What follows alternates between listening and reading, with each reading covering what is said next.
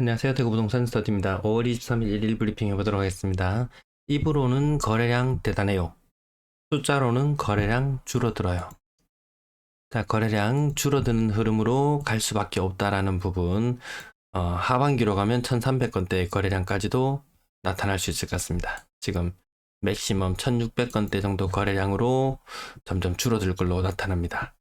자, 매도 물량은 지금 좀 정체기를 보이고 있습니다. 한창 늘어나다가 전세 월세 줄어드는 만큼 매도 물량이 늘어난다. 이런 순서로 보면 될 것 같습니다. 33,400개. 내일 되면 또 삐쭉 치솟을 거예요. 아직까지 증가하는 추세는 여전히 유효한 걸로 보여집니다. 전세 물량은 더 가파르게 줄어들고 있는 걸로 보입니다. 월세 물량도 증가세가 꺾였고 주춤해지네요. 같이 주춤해집니다. 전체 임대 물량 이 추세선보다 한참 아래쪽에 지금 현재 내려와 있는 상태 18,000개. 많이 줄어들긴 했지만 여전히 많다라는 말씀 계속해서 드립니다. 거래량 오늘 죄송합니다. 오늘 134건인가요? 네, 134건 정도 오늘 거래가 되었고요. 1753 이제 거래가 다 마무리되어 갑니다. 이제 많아봐야 한 20건 정도 더 추가되거든요. 4월의 거래량은 한 1770건 요 정도에서 마무리됩니다. 1800건 넘어서지 못하는 모양새고요. 자, 5월의 거래량이 문제입니다. 5월의 거래량이 지금 생각보다 느립니다. 제가 이렇게 서서히 줄어드는 것처럼 나타냈는데 5월의 거래량 1750건으로 예상해뒀는데 요거보다 더 줄어들겠네요. 1600건대의 거래량. 심하면 1600건대, 1600건대 거래량 정도 나올 걸로 지금 현재 추정이 됩니다. 심하면 1500건대의 거래량이 나올 수도 있을 것 같습니다. 지금 1753건인데요. 조금 줄어들 거예요. 자, 캐슬 골드파크 4단지 가격 한번 살펴볼게요. 30% 정도의 중간층 정도 대형평형. 대형평형 거래만, 오늘은 대형평형 거래 조금 적은 편이네요. 버머 삼성 셰르빌 한창 때 가격 13억. 이 저층 가격이 13억을 찍었었습니다. 그러면 아마 14층 가격은 아마도 한 14억 정도 이렇게 나타났겠죠. 14억을 기준으로 떨어졌다고 생각하면은 훨씬 더 많이 떨어진 느낌 들죠. 근데 우리 그까지 생각하지 않고 대략 35%, 13억 기준으로 35% 정도 떨어졌고요. 범효성 해링턴 플레이스 74제곱미터 고점 대비 30% 정도 빠졌습니다. 이 층수가 훨씬 더 높아지죠. 그러면 체감상은 좀 더 빠지는 느낌이죠. 좀 비싼 아파트 거래되는 거 보면 층수가 다 무난한 층들, 일명 로얄이라고 불리는 그런 것들의 거래가 더 많이 나타나고 있습니다. 버머 사원 포레스트도 고층, 궁전 맨션은 저층인데요. 고점 대비 40% 가까이 빠지는 모습. 크게 달라지지 않죠. 뭐 사는 사람이나 파는 사람은 새로 입주를 앞두고 있거나 이런저런 요인들로 좀 급하게 팔아야 되는 이런 경우들이 생길 수 있어요. 근데 가격이 정체되는 현상을 쭉 보인다면 사야 되는 입장에서는 많이 급할 거 없겠죠. 네. 대형 평형 빌리브 스카이 요거 조금 눈에 띄는데요. 요 한 40평 조금 덜 되죠. 한 38평 뭐 이 정도 되나요? 가격이 7억입니다. 저는 처음에 오늘 빌리브 스카이 7억을 떴는 것을 보고 국평이 7억이겠구나라고 생각했는데 아니었어요. 대형 평형이었습니다. 여전히 30%, 장원 맨션은 거의 40%, 한 37% 정도. 다 고층만 거래가 이렇게 나타나죠. 저층은 팔기가 더 어려졌어요. 한창 이 추락하던 무렵에는 저층이 40% 빠지면 우와 하고 했었는데 지금 반등한 시점이지만 저층은 여전히 40%에 가까운 매매가를 보여주고 있습니다. 많이 안 급해도 괜찮을 것 같다라는 느낌을 이런 근거를 바탕으로 말씀을 드리는 겁니다. 이편은 세상 버머 뭐 6억 5천을 찍었니 얼마를 찍었니 뭐 계속 말들은 많지만 지금 거래되는 것이 오늘도 22층. 네, 나머지 신세계타운 대형 평형도 30% 정도 빠지고요. 대형 평형 20% 정도 빠진 것도 보이고 나머지 국평 가격 조금 더 보면 월배 3정 7억 천이 이게 아니죠. 5억 8천이면 10층이 5억 8천이면 근래들어서 좀 비싸게 거래되었네요. 점점 조금씩 올라갑니다. 그러면 막 호가는 또 아마 6억 중반 막 7억 이런 호가들이 막 질비할 거예요. 급한 사람은 사세요. 비싼 돈 주고 사시면 됩니다. 급하지 않은 사람은 천천히 봐도 뭐 괜찮을 것 같다 느낌. 캐슬 골드파크도 조금 오른 느낌 나네요. 동쪽에는 아이파크가 많이 떨어졌었고 서쪽에는 캐슬 골드파크가 좀 많이 떨어졌었는데 동쪽에 있는 아이파크와 더불어서 같이 반등하는 모양새 보여주고 있습니다. 1편의 세상 버머 35% 정도의 저층은 6억에 미치지 못하는 모습 보여주고 있습니다. 캐슬 골드파크 거래되는 것은 고층, 신축은 저층도 거래되는데 5억 2천. 분양가하고 비교하면 그렇게 많이 차이 나진 않을 거예요. 이 주권을 가진 사람이라면 더 많은 수익을 남겼겠지만 40% 가까이 떨어졌는 메트로팔레스 대형 저층, 상현 화성파크드림 대형 평형은 48평, 무려 48평 가격 저층, 거의 37% 정도, 한 37, 8% 정도 빠졌는데요. 이걸 보면은 그 옆에 아파트 분양할 맛이 나겠습니까? 안 나겠습니까? 그 옆에 있는 아파트 분양하면 얼마 48평형은 없죠. 40평형 정도 되는 거 만약 분양하면 분양가 한 10억 정도를 생각하고 있었을 텐데 옆에 있는 거 두 개를 살 가격입니다. 당연히 이 편한 세상 고층 가격이 5억 500. 이거 한창 비쌀 때는 전세 가격이 5억이었단 말이죠. 이게 지금 올 가을에 이런 아주 비싼 전세금을 받아둔 이런 물건들이 여전히 쏟아져 나올 우려가 여전히 있는 상태입니다. 30% 정도 빠졌고요. 상현동은 저기 잘 나간다는 아파트거든요. 신축 가격 5억. 중층인데도 5억입니다. 남구 진천역 AK그랑플리스 대형 평형 저층인데 30%, 35%, 요 정도 빠지는 느낌. 나머지 신고가는 이런 신축 2022년식, 2021년식 요런 데서 종종 나오죠.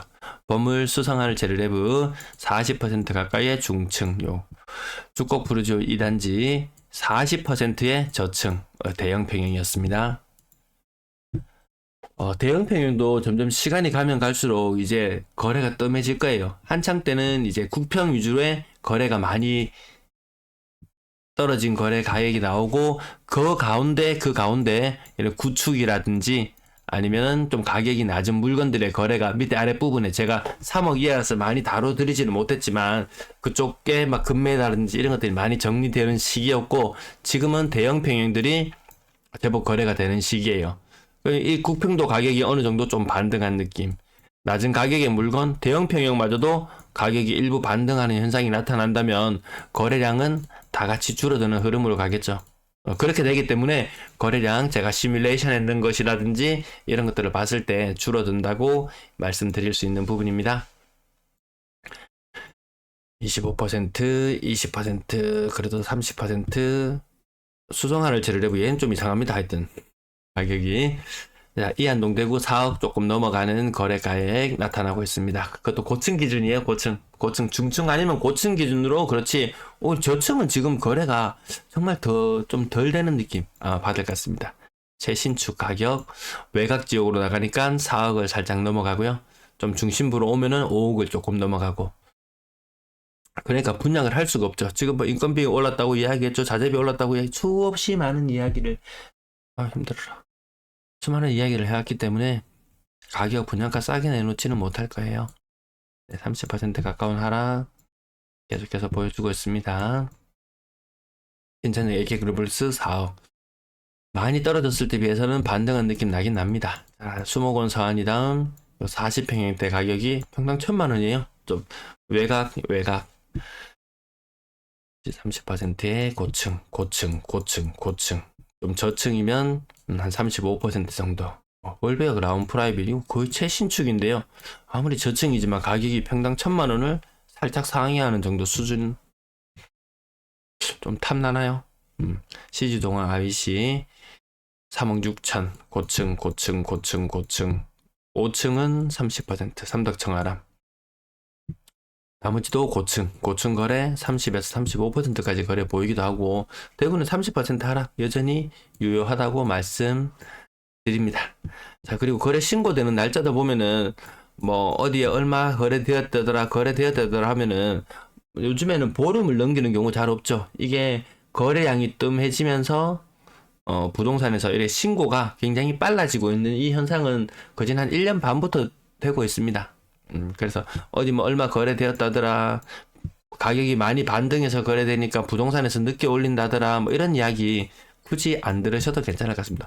야, 진짜 고층이 아니고는 저층은 정말 40% 아니면은 여전히 팔기 어려운 그런 시장인 거는 맞는 것 같습니다. 고층이 30%, 저층은 40% 계속 이 흐름 이어가고 있습니다. 저층이 거래되었다 한 35% 정도 빠지죠. 고층 3억 살짝 넘어갔네요. 이 편에서 잠깐 외곽 지역은 평당 1,000만원 넘어가기 힘든 모습이 계속 지속되고 있습니다. 이거 이 정도 되면 외지에서 좀 들어와 줘야 되는 거 아닌가요? 버스 타고 KTX 타고 나머지 가격들도 조금 지나갈게요. 3억 이상 거래량 오늘 짚어드렸고요. 건당 거래대금 5월달 아직 반등하지는 못하고 있는 모습 3억 2천 정도 나타나고 있고요. 거래량이 이게 쭉쭉 살아나지 않죠. 분위기 좋을 때처럼 살아나지 않습니다. 수송구 거래량이 제법 살아나줌에도 불구하고 폭발하는 모습 보여주지 않으면은 또다시 힘없이 대구는 정말 요거 21년과 23년 요거 이야기하는 사람 있나요? 누가 뭐 유튜브가 8월달에 사라 그랬다 그러면서 막 이야기를 하던데 그 이야기 제 영상 댓글에도 달려있고 보니까 제가 했는 말은 아니거든요. 그 가을장 되면 정말 이 대혼동의 시기가 이 올 가을인데 그때 왜 사라 그러지? 누군지 모르겠어요. 그때 자기가 어디 뭐 갭 투자 있는 물건이 물려있나? 팔려고 그러나? 왜 8월달에 사라 그러지? 올 가을은 정말 대혼란기라고 보시면 크게 틀리지 않을 것 같다는 말씀 앞에서 계속 말씀을 많이 드려왔던 부분이에요. 뒷부분은 앞부분 말씀이 좀 길어져서 뒷부분 좀 건너뛸게요. 수성구 거래가 살아났다고 했지만 이 달서구의 거래는 뛰어넘지 못하고 달서구도 거래가 일부 이름 있는 아파트들 가격 반등하고 나니까 거래가 조금 줄어들죠. 줄어드는 게 바로 눈에 보입니다. 수성구도 일부 반등했다는 느낌 들면 또 바로 줄어들 거예요. 분양권 39건 거래가 있었고요. 직거래 비율이 굉장히 높습니다. 벌써 65건이에요. 65건. 이 상태로 5월달이 마무리가 된다면은 아마도 한 100몇십 건 나올 것 같아요. 100몇십 건. 직거래만. 입주 앞으로 더 많이 남았습니다. 올해 입주 아직 한 3분의 1 정도 입주했나요? 3분의 1 정도 입주했는 그 정도 느낌. 뒤쪽으로 갈수록 더 많습니다. 5억 이상도 굉장히 많은 거래량을 보여주고 있었습니다. 프리미엄 별로 없습니다. 막 10억 넘어가고 이래도 분양가 자체가 넘사벽이었기 때문에 네, 전세 거래량 굉장히 많은 것처럼 신고되죠. 굉장히 많은 것처럼 신고되지만 뒤늦은 신고 때문에 그렇다. 임대차 3법이 확정되기 전까지는 알 수 없다. 와, 월세가 비중이 굉장히 너무 높죠. 전세 비중이 굉장히 낮습니다. 이 토끼몰이라 그러나요? 정부에서 야 빌라 전세 위험해 어디 위험해 이렇게 합니다. 사람들이 아파트 분양이 덜 되거나 이랬을 때 과거에 어떤 사례들이 있냐면요. 주택에서 일어나는 뭐 강력 범죄들 있죠. 뭐 살인 사건, 뭐 납치, 뭐 이런 것들 막 있으면 그런 것들을 굉장히 많이 뉴스에 많이가 보도되더라고요. 그럼 사람들이 주택은 안전하지 못한 곳 이런 인식을 강하게 심어주면서 아파트에 대한 이런 쏠림이 많이 있었죠. 지금도 아파트 시장은 위기를 겪고 있어요. 그럼 이 위기를 어떻게 타개할 것인가? 라고 놓고 봤을 때 어떻게든지 빌라, 오피스텔 뭐 이 사는 사람들 어떻게든지 아파트로 다 집어넣어야 됩니다. 대구는 특히나 인구가 빠져나가는 와중에 세대수 증가도 예전만 못하고 어떻게든지 아파트 시장으로 넣어야만 이 문제가 해결이 되기 때문에 언론에서는 계속 이야기합니다. 그래놓고 전세 이번에 전세 사기 아무튼 그 피해자들에 대한 제대로 된 구제책이 나오지 않았어요. 언론에서 떠들기만 떠들었어요. 야 빌라에 전세 사는 거 위험해, 오피스텔 전세 사는 거 위험해, 다세대 전세 사는 거 위험해.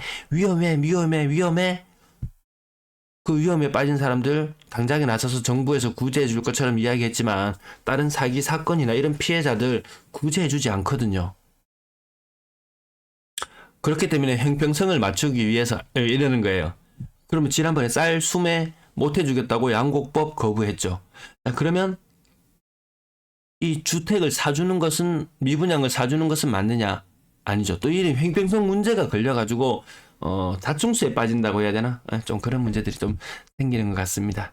그래서 주택 문제에 대한 해결은 정부에서도 뭐 규제 해제 뭐 또 이런 이야기들을 계속 하는 사람이 있는데 대구에 지금 규제 뭐 남아 있는 거 뭐 있나요 지금? 규제 남아 있는 거 뭐 있나요? 거진 없죠. 거진 없어요. 이 총선을 앞두고 풀어야 될 것들을 너무나 빨리 풀어버린 듯한 느낌이라고 계속 말씀드렸습니다. 오늘 여기까지 뒤에 차트 필요한 분들 보시고요. 마무리할게요. 네, 시청 감사합니다.